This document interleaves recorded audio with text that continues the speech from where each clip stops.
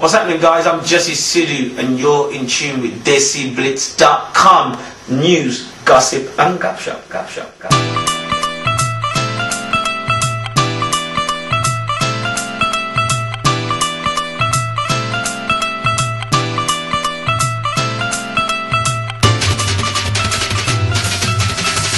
This is DESIblitz with Jassi Sidhu. Jassi, when did you actually start singing? Basically, I started in 96. 95, we started recording the first beat for an album. So it's been about 14 years now. About 14 years, okay. And was there anyone that actually inspired you? Do you have any idols in the Bhangra scene or any other market?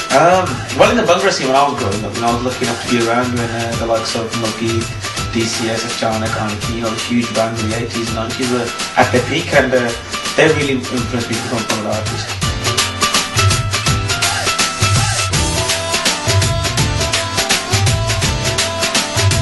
Why did you actually decide to go solo? Was there any particular reason? No, I just thought it was basically about getting the line for, you know, between at the time. I just thought that it was time to go our separate ways. You know, in any company or any business, it's hard for people to, you know, coexist. It's such a big project, and we found it a bit difficult to do after a while. So I decided that, you know, it's better that I leave and let them do what they need to do. And you know, it's been really positive since I have left.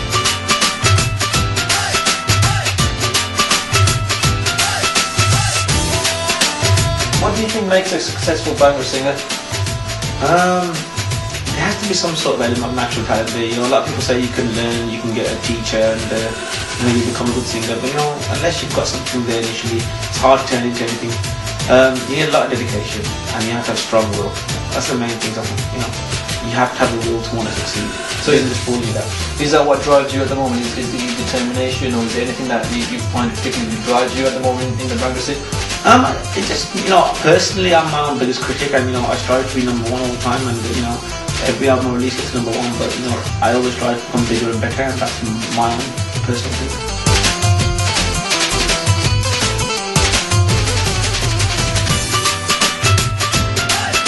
What other music are you into apart from Bhangra? Are there any favourite singers in any of the particular aspects of music? Yeah, I listen to all sorts, you know, from R&B to rock to I grew up on pop music with Backstreet Boys and NSYNC. I just went to the Backstreet Boys concert, and you know, I love vocal bands, you know, from Boys to Men to NSYNC to Backstreet Boys, any vocal male harmony band.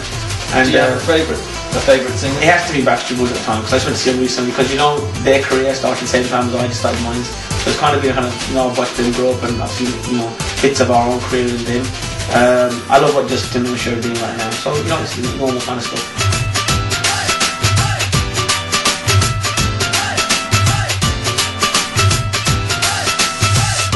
Do you have any favourite foods, any favourite colour?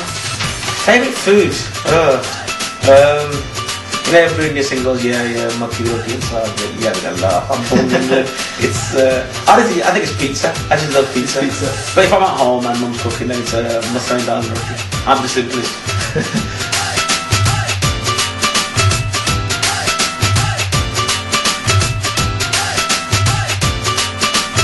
What do you love about Indian Punjab the most? Is there anything that you like about India itself? You know, because I'm a second generation Asian, and I'm born and raised in the UK, you know, I find Punjab a bit of a culture shock when I go there.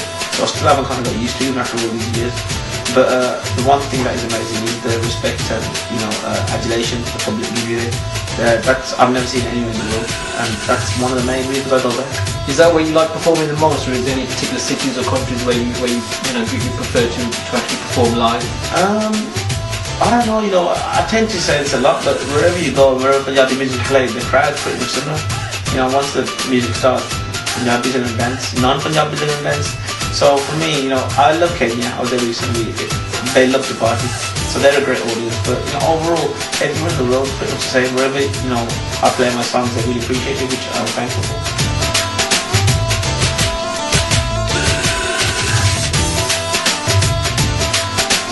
What's your favourite car? My favourite car? I'm not into cars at all, man. I just buy whatever I like, and I go to showrooms and use one, and I keep that for ages till it's haggard, and then I get a new one. I really ain't into cars at all. So you don't have your Ferraris or your Lamborghinis? No, nothing at all. I like a BM. I used to have a Peugeot, which I loved. I miss my Peugeot.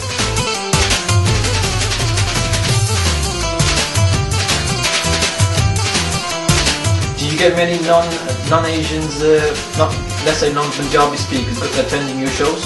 Yeah, you do. I think Punjabi music, even recently with the Hindi influx has started to cross over to the Hindi markets, and even a lot of white and black people started listening. They know Punjabi music is very beat laden. It's very built on a beat, and I think people can appreciate that from all walks of life.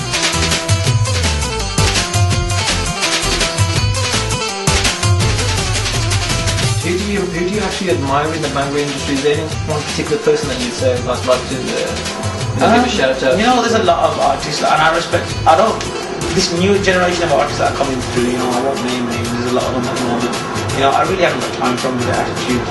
I think it's this hip hop culture that's creeping into the Asian community, and I really just say to all these younger kids that are coming through, you need to look at what size the UK is. Just because you got a name in Wolverhampton doesn't make you a star in the world. I respect the artists like DCS, like Malky, like Chaz, like such and such that have made a name worldwide, gone out there and done it consistently for a decade. Not just a flash in the pan album. People think they have a one-hit album here, they have the right to criticize everybody in the world.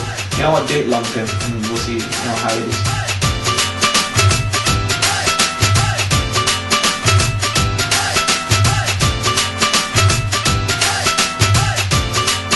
Would you say you're a romantic at heart? Not at all. No romantic. Would you ever consider having plastic surgery if there was a... Oh, I wish I could, man, it's too expensive.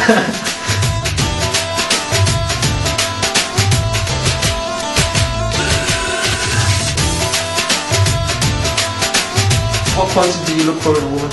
Are there any special qualities that you find are attractive or appealing for yourself? Someone will get along with who doesn't put on a front man routine. Someone who's actually himself. And you can tell when someone's being themselves, when someone's trying not to be themselves. So I think that honesty is a big thing for me. So it's more in regards to personality rather than looks and the kind of... No. You're not going to date a big fat chick because she's got a great personality. Let's be honest in life.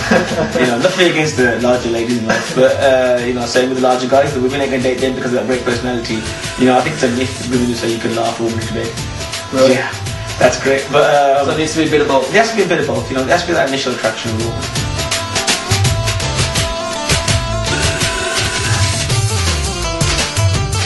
What do you think of today's electronic Bhangra scene? Electronic Bhangra? When I say electronic, I mean in regards, let's say going back 10, 15 years, everything was done on tape rather than on CD, and kind of mixes up. Moving forward, what people, I'm a bit fed about this younger generation of people out there. So we should keep it real, we should do it live and all that. Yeah. You know what, we should keep it live, let's sit in the dark, and let's not have fire and not watch TV.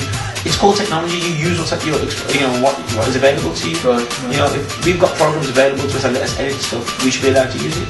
Just because of Punjabi, this whole keeping it desi, keeping it real thing that these kids have got in their head, it's either keep it real desi or let's be hip hop culture and shoot everyone. There's no in between. If technology is available, we should be using it. Why shouldn't we? Do you want us to sound like should we just record in one room and that's it, make it really dizzy? Our music is now being looked at around the world, and we should have a sound that can cross over. So do you think that tape, recording on digital sound is better than recording on tape what was used like say 10 years ago when a lot of tape was used, and nowadays it's all digital? No, because at the end of the day, you can still record digitally through an analog disc and get the same thing. All it is allowing you to save your work. Yeah. And not have to go back, re-record, redo it, over again. Basically, we all use phones. Should we stop using phones and write letters? Because it's back to what it used to be. If something's available to you, you will use it, Yeah, because obviously yourself, you've been in the industry a little while. Yeah, I recorded that first album on tape, and it was a pain in the ass. Yeah. Because you had to do one take, percussion, one take, if not, and again. Now you record percussion, you can record it in sections, and you can cut it and use it. It makes everyone's life a lot easier and makes our work a lot better.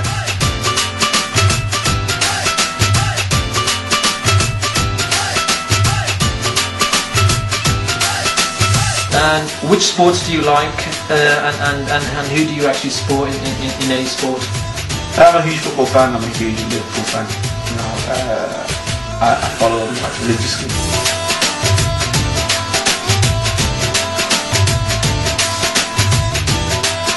Do you think there's anything that you should use in your videos, especially that would help, for instance, newcomers that are coming onto the British Asian scene? Or even the vocals that might help them to, kind of reach a similar kind of standards as you reach within your industry.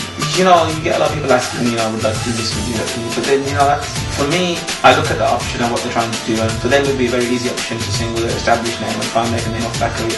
When we were starting out, no one gave us any help, and it was better for us because we strive to become better at what we did. And I try and give advice and help to young kids as I can. But to stick someone in your album on your video for the sake of it would neither be here nor there. I use a producer on the album called myself from Canada. He's been doing this for about 10 years, and he's really been grafting. And he's not a young lad anymore, but he's got real talent. And so I use him on his album to give him his chance to break forward. It depends on the person's situation and scenario.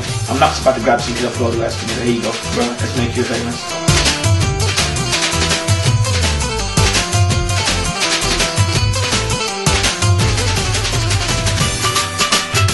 How has your new album taken off? Have you had good response from that?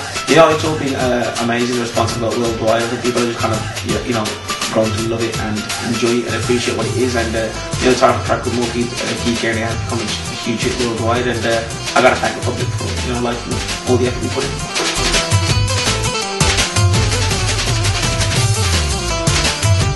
What is your ambition going forward? Is there anything that you want to aspire to?